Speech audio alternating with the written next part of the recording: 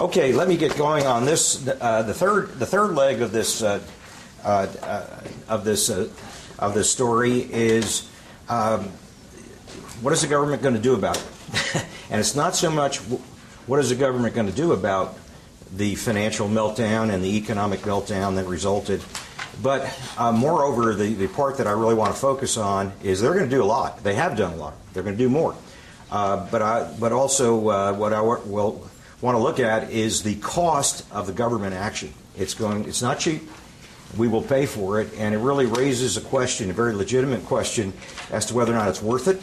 And in fact, things are happening in the market today. I understand the dollar fell very hard, and the Treasury prices are falling hard, and it's an indication that we might be getting close to a tipping point where the world no longer likes our currency nor the credit risk of the U.S. government. And if so, we're now in a yet much bigger problem, a far greater problem than just the credit crunch.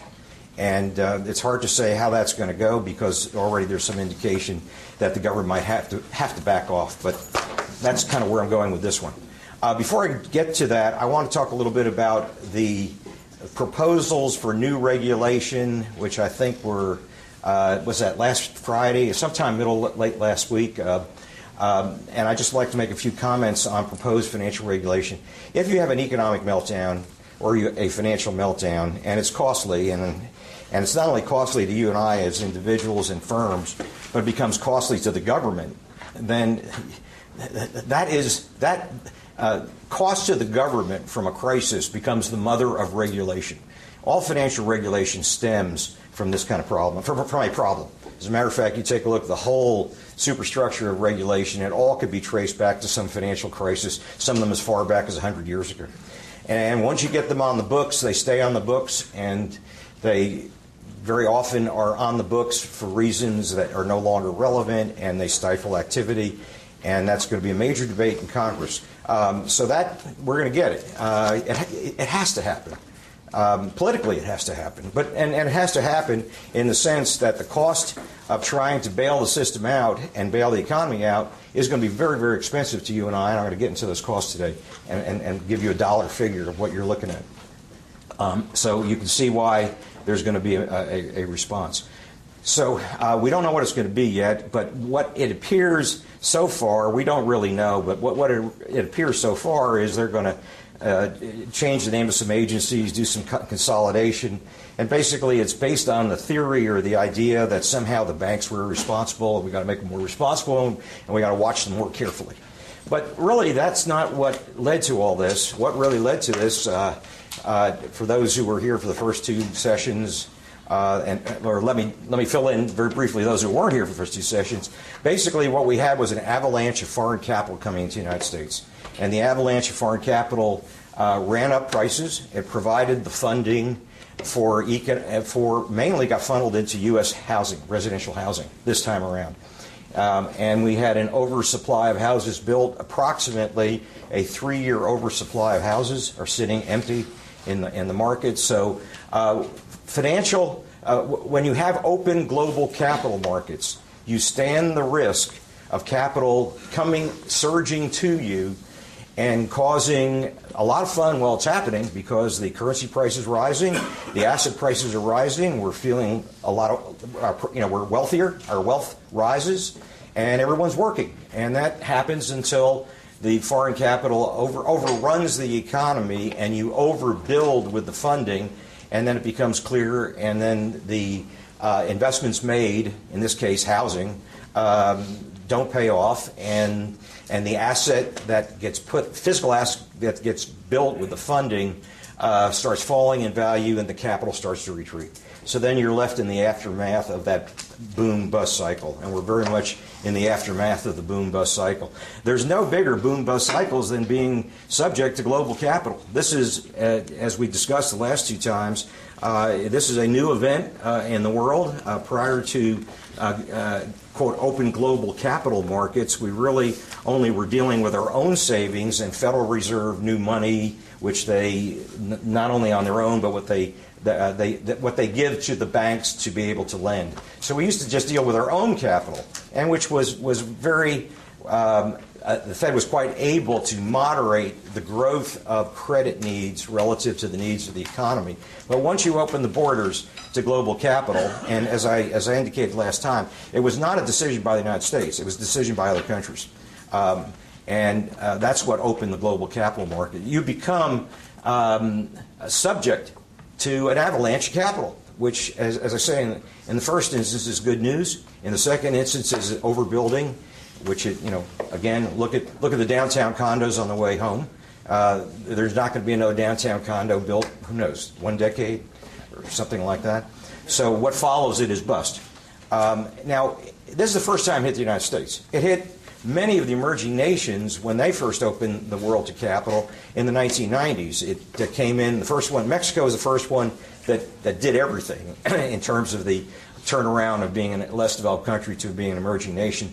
They're the first ones who opened themselves to capital and did the proper policies to attract capital, and they had a boom, and booms are followed by bust if you overdo it.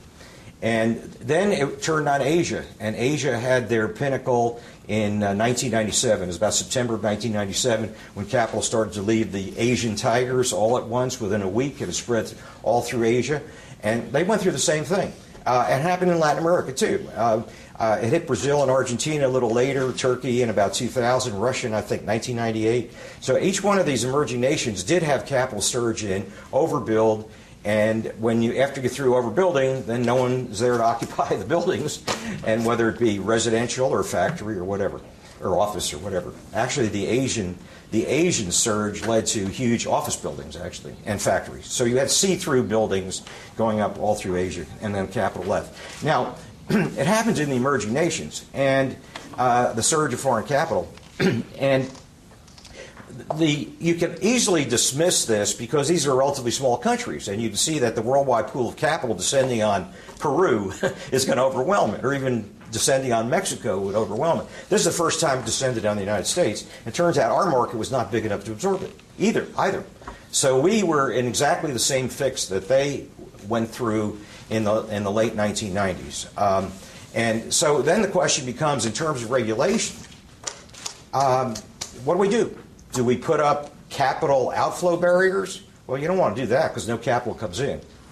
But some of the countries, in the wake of the surge of capital to those countries, and when the capital left, it left them depressed like we are.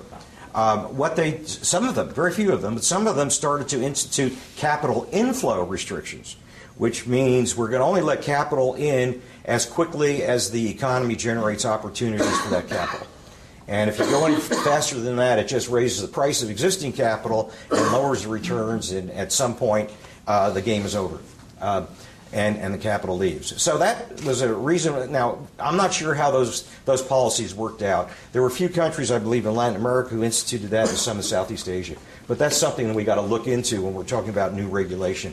Do we have to protect America, even large America, from the surge of foreign capital? I'm not sure that's going to be another issue for another 5 or 10 years. We got the opposite problem right now, namely countries are pulling out, which is as a matter of fact, in one of the two handouts I gave, the short one with the article, let's see, Russia, 10-year Treasury yield hits 4, and it turns out that Russia has decided they're pulling their capital out. Let's see. Second page, Russia retreats. Third paragraph. Russia retreats. They only had 30% of their foreign exchange reserves in the dollar. Only 30. And this week they just made a very large sale and exited left. And I don't know what happened in the market today, but I understand the dollar's down very heavily. So we got the opposite problem with foreign capital right now. It's beginning to leave. So we might be at a tipping point. I've been calling, let's put it this way, I've been beating the drums on that possibility for 2 years, but now I'm feeling like we're really more realistically possibly getting there.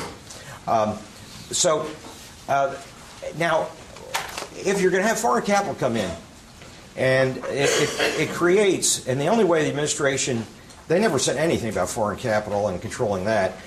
What they did in their proposal, they came up with the issue of, quote, systemic risk management, which is the closest they've come up to looking at this. In other words, we've had a systemic meltdown, namely the whole system melted down. So who's going to be the systemic risk manager, and how are they going to manage that risk? And I can't recall, there's been a lot of discussion whether it be the Fed or someone else, and obviously the Fed is in the best position to do it. But now, if they're going to be a systemic risk manager, in addition to managing the money for their goals, the previous goals, as I mentioned last time, was the Employment Act of 1946 said that you're supposed to manage the money supply so as to create maximum employment consistent with little inflation. So those were the two goals, and I kind of showed you how they did it with as the economy vacillated around potential GDP. If it was above potential GDP, they tightened money, and if it was below, they loosened money. So now we have a situation, if the Fed becomes a systemic risk manager, implicitly what that says to me, of course, in the press announcement they never address this. What does that really mean? I think what that really means is that in addition to the Fed having to control the inflation rate, and the inflation rate is the price we pay for goods, this shirt, this Dr. Pepper, in other words, we're spending for goods market. But also what happens when foreign capital comes in is we have not just inflation in goods, but we have inflation in assets. So now I think what the Fed is going to end up with is three things to control. Inflation of goods, unemployment, and the third is asset inflation. And they're somewhat similar, but not necessarily the same, because you easily could have an asset buildup while the economy is still kind of slumping. And so now it becomes a far more complicated issue on how to run the central bank, because you could have, quote, irrational exuberance. And we surely had irrational exuberance in the housing market, starting in, 2002, 2003. And we were still in the aftermath of the tech bust. So if it vastly complicates the Fed's operating procedure. How do you do this? Just as a quick parenthetical aside, I can't imagine the Fed wanting to be in that position, because when Greenspan made that irrational exuberance speech, 96, and this is 2009, for goodness gracious, seems like history. 13 years ago. 13 years ago, what the central bank chairman is telling Wall Street is, we want to shut you down. Now, can you imagine the kind of pressure that the administration and the central bank is going to get from that? So you're going to it puts the Fed in conflict with Wall Street. Shut them down if we get flying too quickly, or as my old chairman at the Fed used to call it. I have to be the grunch around here.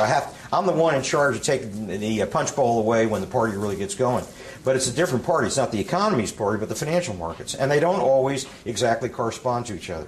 So it's going to complicate how they proceed, and they're going to have to go through a whole process, as I described last time, of trying to figure out how to run monetary policy to achieve three objectives with two tools. And the two tools are the cost of money and the amount of money.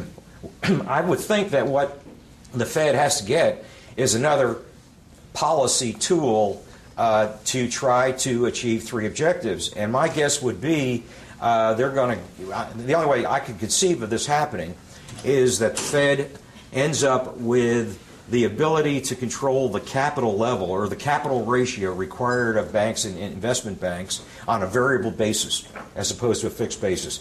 The United States entered an international treaty called Basel II.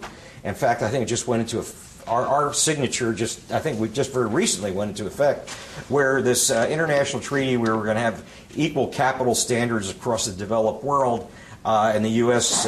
joined the party late, and actually it's a good thing we joined the party late, because it turns out the capital requirements were higher in the United States than under Basel II. But the point is, it no longer can be, capital requirements can no longer be part of an international treaty at a fixed level, because you're going to have to vary it. And of course, the investment banks are not going to be very happy about this, and the commercial banks are not going to be very happy about this. And Hardy, I can imagine you could get up and give us a great lecture as a banker when the Fed. I'm here for the Fed. You got to double your capital requirement tomorrow or next month or next. It just stops them in their tracks. And so basically, I think that's what's going to happen. We're going to have variable capital regulation. We're going to have to get out of the treaty. And and I can't see any other way.